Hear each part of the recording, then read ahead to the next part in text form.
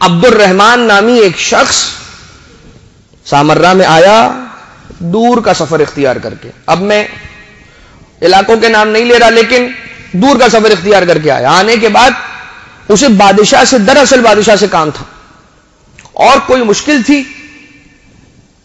اب بیان مختلف اعتبار سے کیا جاتا ہے, کوئی خاص مشکل بیان کی جاتی ہے یا یہ کہا جاتا ہے کہ کوئی مالی مشکل تھی یا کوئی اور مشکل. آیا ہے اور ابھی بادشاہ کے دربار میں جانے والا تھا, باہر کھڑا تھا, تو اس نے وہاں پر یہ باتیں سننا شروع کی کہ جو اس وقت فلوٹ کرنے لگی کہ ایک سید, ایک علوی خاندان رسالت مآب سے تعلق رکھنے والے ایک سید کہ جنہیں بادشاہ نے اپنے دربار میں بلایا ہے, وہ آ رہے ہیں, وہ راستے میں ہیں اور وہ پہنچنے والے ہیں. 10ویں امام ہادی علیہ السلام پہنچنے والے. اس نے آگے بڑھ کر کہا, پوچھا وہ کون ہے؟ روایت یہ بیان کرتی ہے کہ امام کا نام لے کر جو افراد آپس میں بات کر رہے تھے, امام کا نام لے کر کہا کہ علی ابن محمد علیہ السلام آ رہے ہیں. آگے بڑھ کر پوچھا یہ کون ہے؟ کہا یہ علوی ہیں, یہ سید ہیں, سادات میں سے ہیں. کہا اچھا. سوچا کہ ذرا کچھ دیر رک جاؤں اور دیکھوں کہ یہ کون آ رہا ہے, کیونکہ باتیں یہ ہو رہی تھی کہ انہیں بادشاہ نے بلایا اور اس کے بعد ایکسپیکٹیشنز یہ ہیں کہ شاید آج ان کے ساتھ کچھ بھی واقعہ ہو سکتا ہے, کچھ بھی ہو سکتا ہے.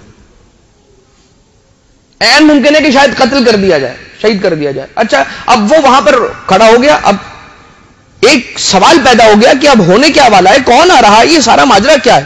رک گیا, ٹھہر گیا وہ سارا ماجرا سینیریو دیکھنے کے لیے. اتنے میں امام علیہ الصلوۃ والسلام نمودار ہوئے.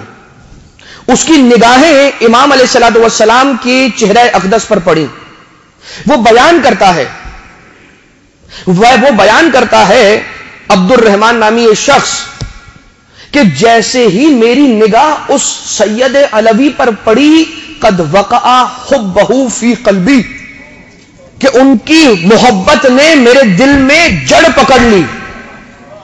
جیسے ہی میری نگاہ 10ویں امام پر پڑی, ان کی محبت نے میرے دل میں جڑ پکڑ لی, اور اس کے بعد بے ساختہ میرے دل سے یہ دعا نکلی. دل کے اندر میں اب یہ سارے خیالات ہیں, یہ میری انٹینشنز ہیں جو میں اپنے ہی تئیں سوچ رہا ہوں. بار الہ یہ جو خبریں چل رہی ہیں, یہ جو ایکسپیکٹیشنز ہیں, یہ جو فورکاسٹ کی جا رہی ہے کہ شاید انہیں کوئی نقصان پہنچایا جا سکتا ہے, تو اے خدا تو اس شخص کو کسی بھی مشکل, کسی بھی نقصان سے محفوظ رکھنا. اب یہ اس کے دل میں بات آئی. دل میں بات کیوں آئی؟ کیونکہ جیسے امام کی چہرے کی طرف نگاہ پڑی, کہتا ہے کہ میرے دل میں ان کی محبت گھر کر گئی, اتر گئی ان کی محبت اس کے دل میں. اچھا, پھر کیا ہوا؟ امام علیہ الصلوۃ والسلام آہستہ آہستہ خرامہ وقار و سکینت کے ساتھ, چھوٹے چھوٹے قدموں کے ساتھ جانب دربار بڑھ رہے ہیں. جیسے ہی عبد الرحمن کے قریب سے گزرے ہیں, رکے, عبد الرحمن کی جانب چہرہ کیا اور اس کے بعد نام لے کر کہا کہ اے عبد الرحمن, خدا نے تیری دعا کو قبول کر لیا. اے عبد الرحمن, تو نے ہمارے لیے دعا کی, خدا تیری اولاد کو کثیر کرے, تیرے رزق میں اضافہ کرے, تجھے کثیر مال عطا کرے اور تجھے لمبی عمر عطا کرے. یہ شخص واقعہ بیان کرتا ہے, 80 سال کی عمر ہے اور کہتا ہے کہ میری 80 سال کی عمر ہو گئی, مجھے خدا نے 12 یا 14 بیٹے عطا کیے, 1.5 لاکھ سے زیادہ دینار میرے گھر میں رقم موجود ہے, اور بے حساب زمینیں گھر سے باہر ہیں کہ جن کا میں مالک ہوں, اور یہ سب کا سب مجھے ملا ہے علی ابن محمد النقی الہادی کے صدقے میں.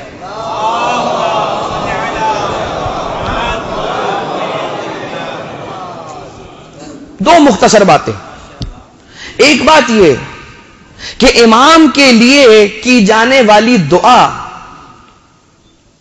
کرنے والے کی جانب ہی پلٹتی ہے. جو امام کے حق میں دعا کرے گا وہ دعا امام کو لگے گی, مگر اس سے پہلے وہ دعا خود پلٹ کر اس کی جانب آ جائے گی. کیا کیا تھا اس نے؟ ایک دعا کی تھی امام کے لیے, امام نے 3 دعائیں اس کے نام کی. کتنا کرم ہے اہل بیت کا. یعنی کہ آج اگر ہم دعائے سلامتی امام زمانہ عجل اللہ تعالی فرجہ الشریف کی تلاوت کرتے ہیں تو یہ بات یاد رکھیے گا کہ امام کی سلامتی خدا رکھنے ہی والا ہے. یہ وہ دعا ہے کہ جو مقبول دعا ہے. ہمارے اور آپ کے زمانے کے امام کو خدا کی ذات ہے جو سلامت رکھنے والی ہے. تو پھر اس دعا کا کیا کام؟ اس دعا کا یہی کام ہے کہ امام کے نام کرو یہ دعا، وہاں پر جا کر ٹکرا کر تمہاری ہی طرف پلٹ کر آنا ہے. اس دعا نے نتیجتاً تمہیں خدا سلامتی عطا کرے گا. مگر فرق ہے، ایک فرق ہے، فرق. ہم اور آپ سورہ فاتحہ کی تلاوت کرتے ہیں کتنی کثرت کے ساتھ. ہم درود کی تلاوت کر کے ائمہ طاہرین علیہم السلام کو ہدیہ کرتے ہیں ان گنت مرتبہ. ہوتا ہے یا نہیں ہوتا؟ یہ تو وہ ہستیاں ہیں کہ جو عطا کی پیکر ہیں.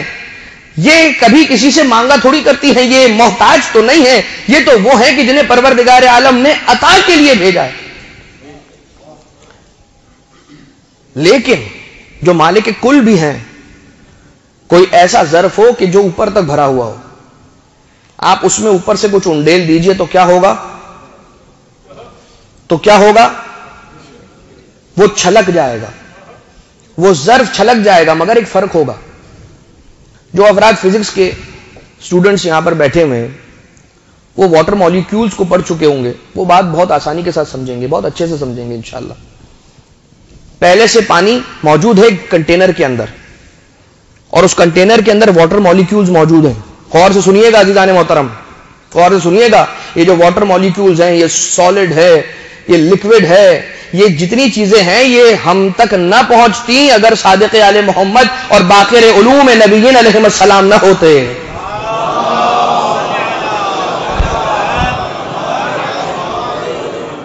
واٹر مالیکیولز پہلے سے کنٹینر کے اندر موجود ہیں. آپ نے نئے مالیکیول یعنی نیا پانی اس کے اندر ڈالا تو کیا ہوا؟ باہر تو گرا. مگر جو نیا پانی تھا اسی جگہ دی گئی اس کنٹینر میں، اور جو پہلے سے پانی اندر تھا وہ باہر نکلا ہے. اس کے معنی یہ ہوئے کہ آپ نے جو سورہ فاتحہ، آپ نے جو دعائے سلامتی امام زمانہ، آپ نے جو تسبیح جناب سیدہ، آپ نے جو تسبیح صلوات ہدیہ کی، آپ نے جو سورہ یاسین ہدیہ کیا امام کے نام، وہ امام نے اپنے پاس رکھ لیا، اور جو امام کے پاس پہلے سے وہ موجود تھا آپ کو ہدیہ کر دیا.